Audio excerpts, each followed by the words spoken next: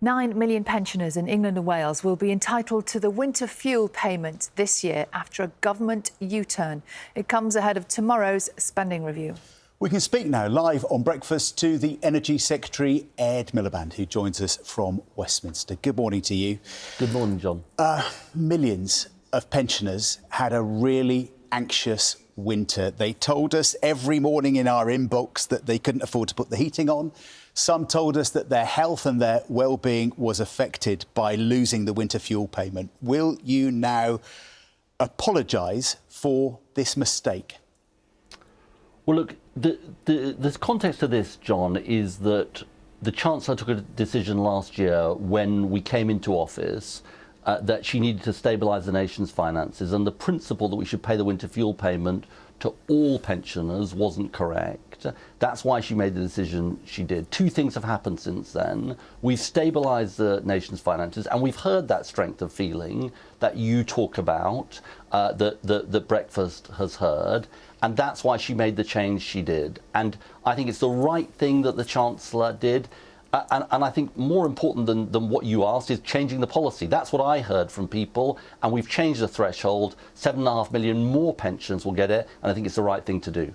But it has caused an awful lot of anxiety and pain and upset to millions and millions of people. And, you know, our viewers like it when politicians own mistakes and admit to mistakes, and they like it when politicians say sorry. Why won't the Chancellor, why won't you this morning just apologise? Dead simple. Because the Chancellor, and I think she's right about this, is not going to apologise for a series of measures she took to stabilise the nation's finances when we came into office. She was confronted with a situation of a huge black hole in the nation's finances. The thing that would hurt pensioners and others hugely is the economy going off a cliff. She took a whole series of measures to stabilise the nation's finances. Now, as I say, a couple of things have happened since then. She has taken those decisions to stabilise the finances. She's got more room for manoeuvre, and she's heard the strength of feeling. And I think that, you know, that's why she's made the change she has.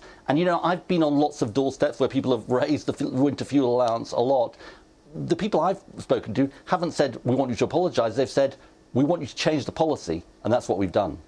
This wasn't just a policy, though, was it? This was a big policy. It was a signature, a landmark policy, one of the first big policies you made when you came into government. And time again, you all told us that it was not going to change. Let's just play a sample of clips we've got of various cabinet ministers telling us that there was going to be no alteration to this policy. The decisions I made on winter fuel payment yesterday are not decisions I wanted to make. They were not decisions that I expected to make.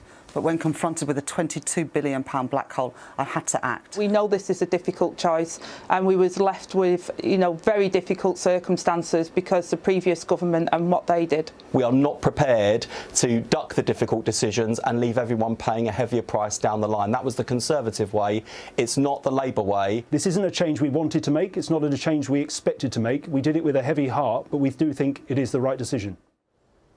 And now it wasn't the right decision. What's so interesting about that montage, John, is that the Chancellor, who was first, said it's not a decision she wanted to make, and that was correct.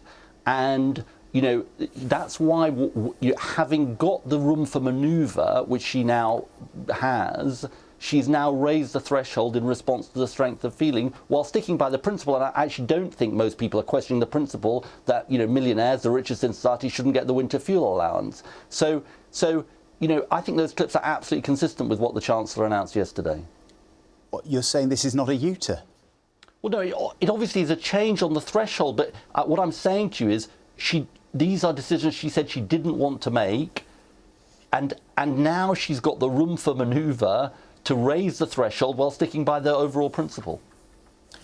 It really undermines her credibility, doesn't it? At a time when you have put so much into the economy, the strength of the economy, growth going forward, where does this leave Rachel Reeves' reputation that she's done this U-turn? I don't believe that recognising the strength of feeling does undermine it. I actually think it shows that she is willing to hear what people have been saying. And look, today I'm announcing massive investment in the future of our country with new nuclear for our country, Sizewell C, small modular reactors, creating good jobs, giving us energy security, tackling the climate crisis. That shows what we're going to be seeing this week from the Chancellor, which is a commitment to invest in the future of our country, to reject the path of decline, having made difficult decisions, to actually give us the ability to invest in the future. We wouldn't be able to do that if she hadn't made some of the decisions she has. OK, we'll talk about those nuclear plans in just a moment, but I think while you are concentrating on those today, a lot of Labour-backed pensioners are thinking, hang on, well,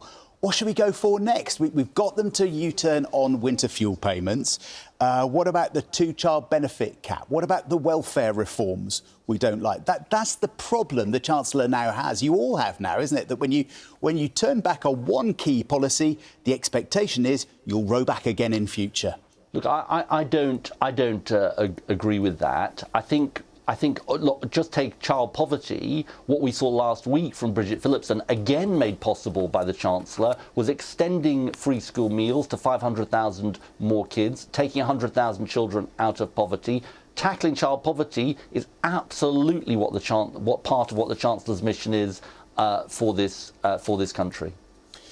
Just on a technical point, we've had some questions from viewers, as you'd expect, about the return of winter fuel payments. And if there are two pensioners in one household, one of them earns above the threshold and one of them below, they will still get now some of the winter fuel payment. Campaigners have long said that would be a good way of dealing with child benefit, but we were told it was impossible to do that for child benefit. So will you now look at child benefit, maybe U-turn on that policy as well? Well, those are matters for the Chancellor. As far as the winter fuel payment is concerned, look, we have a system of individual taxation in this country. That's why the Chancellor has chosen the system that she has, because she doesn't want to create a whole new bureaucratic system of a household means test. I think child benefit is a different matter, but I think the system she's chosen is the right system and it's a fair system. It's right for winter fuel, but not necessarily for child benefit. Well, I'm saying that the Chancellor's decisions yesterday were about the winter fuel payment, and I think she made the right decision. OK, let's talk about that announcement today on nuclear funding then. Sizewell is going to happen. That is being confirmed. But we have to be honest with people that it's going to be years, maybe even decades, before they see the benefit of that investment in their bills, isn't it?